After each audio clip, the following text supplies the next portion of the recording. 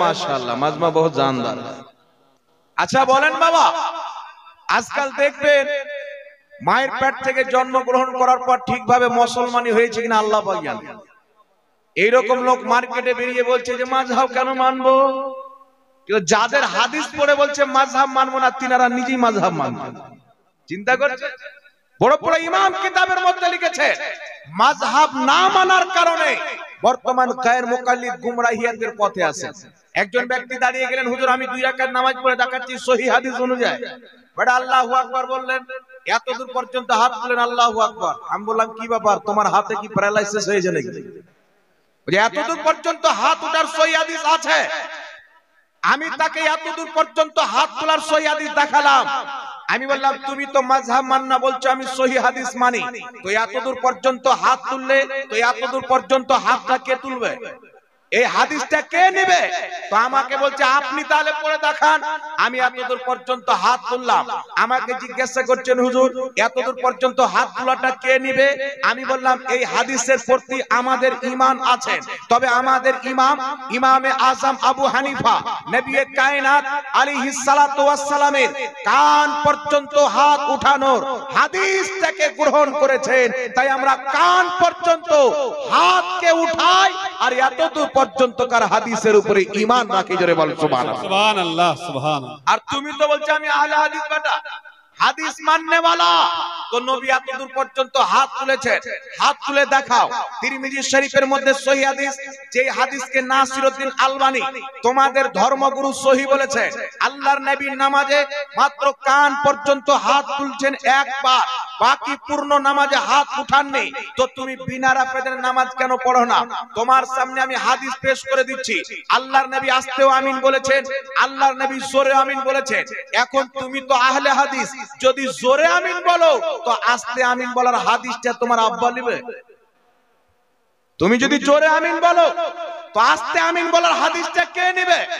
আপনারা কি করেন?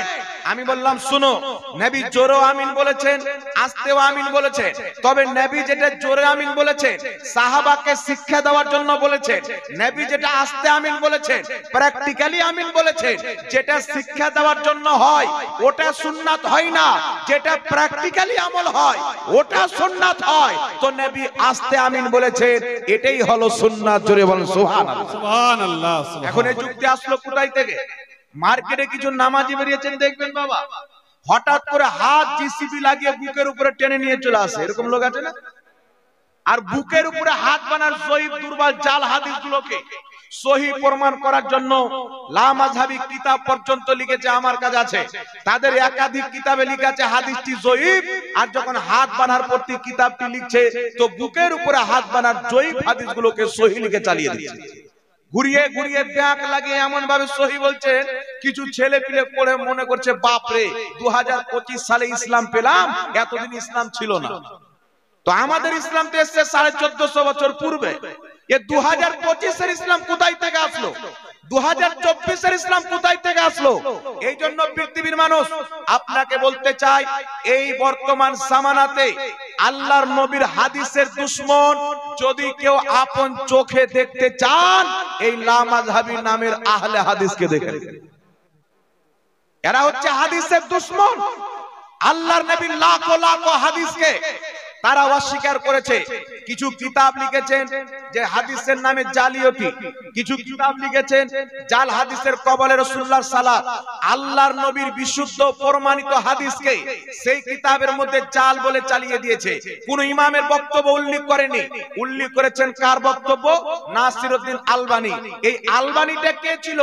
নাসিরউদ্দিন আলবানী 2019 সালে ইন্তিকাল করেছে, মরেছে, আমার বড় বেটার বয়সের ছিল। জি 2019 সালে নাসিরউদ্দিন আলবানী মরে কবরে চলে গেছে, জাহান্নাম চলে গেছে, মার গিয়ে মাদুদ ফাতিহা না দুরুদ। তো 2019 সালে যে ব্যক্তি মরেছে কতদিন পূর্বের বাবা? খুব বেশি পুরাতন? কতদিন পূর্বে? মাত্র 25 বছর পূর্বের একটা লোক অবৈধ তাহকিক করে লা মাযহাবিকে দিয়ে দিয়েছে। তার তাহকিক বুখারীতে ফিট করেছে, মুসলিমে ফিট করেছে, তিরমিজিতে ফিট করেছে। বড় বড় ইমাম তারা যে হাদিসকে সহিহ বলেছে, এই কামবাখাত আলবানী জয়ীফ বলেছে, ওর কানা মুকাল্লিদ আহলে হাদিস ওটাকে জয়ীফ মনে করেছে। আর সারা পৃথিবীতে হাজারো ইমাম জন্ম নিয়েছে। আচ্ছা বলেন বাবা, হাদিসের তিনটা ক্যাটাগরি রয়েছে। একটা হচ্ছে সহিহ হাদিস, একটা হচ্ছে হাসান হাদিস, একটা হচ্ছে জয়ীফ হাদিস। তিনটা ক্যাটাগরি আছে না? সহিহ, হাসান, জয়ীফ। সারা পৃথিবীর সমস্ত ইমাম একমত। দুনিয়াতে যত মুহাদ্দিস এসেছিলেন সমস্ত মুহাদ্দিস একমত, যদি হাদিসের সনদ জয়ীফ হয় তো কোনো আমলে, কোনো কর্মে বৈধ হওয়ার জন্য এবং সেই কর্মটার আপনার মুস্তাহাব হওয়ার জন্য জয়ীফ হাদিস যথেষ্ট।